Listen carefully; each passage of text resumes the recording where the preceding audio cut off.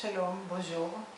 קוראים לי רחל שליטה, אני גרה בישראל, בתל אביב, וכתבתי ספר שנקרא אחיות אחיות, והוא עכשיו יוצא בצרפת. הספר מתרחש בשנות ה-20, ה-30 ועד אמצע שנות ה-40, תקופה מאוד סוערת בארץ, מאוד מתוחה, מאוד דרמטית, ושהיא מלאה גם בחוסר ידיעה לגבי העתיד. ובתוך התקופה הזאת, הגדולה, עם המאורעות הגדולים וההיסטוריים, יש 3 דמויות שמנסות למצוא את הדרך שלהן בתוך החיים, גם בקיבוץ וגם בארץ. הספר אחיות אחיות מספר על 2 חברות, ורה וציונה.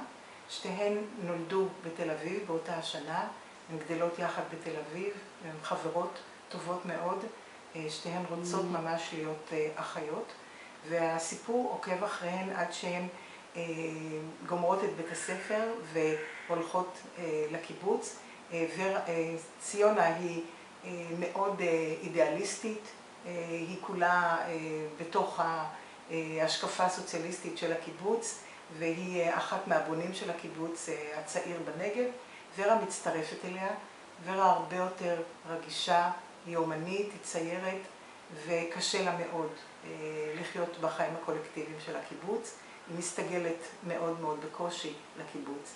לתוך הסיטואציה הזאת בין שתיהן נכנסת דמות שלישית, זה יוסף. יוסף הוא משורר צעיר שהגיע מהמלחמה, ומשאת נפשו, מה שהוא רוצה לעשות זה להיות חבר בקיבוץ צעיר, לבנות קיבוץ צעיר בנגב. והוא מצטרף אל הקיבוץ,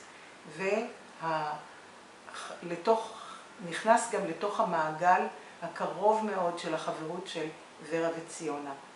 ומה שיקרה עכשיו להם, לשלושתם, זה איזשהו שינוי מאוד גדול, מאוד דרמטי ביחסים ביניהם, שישפיע על שלושתם יחד.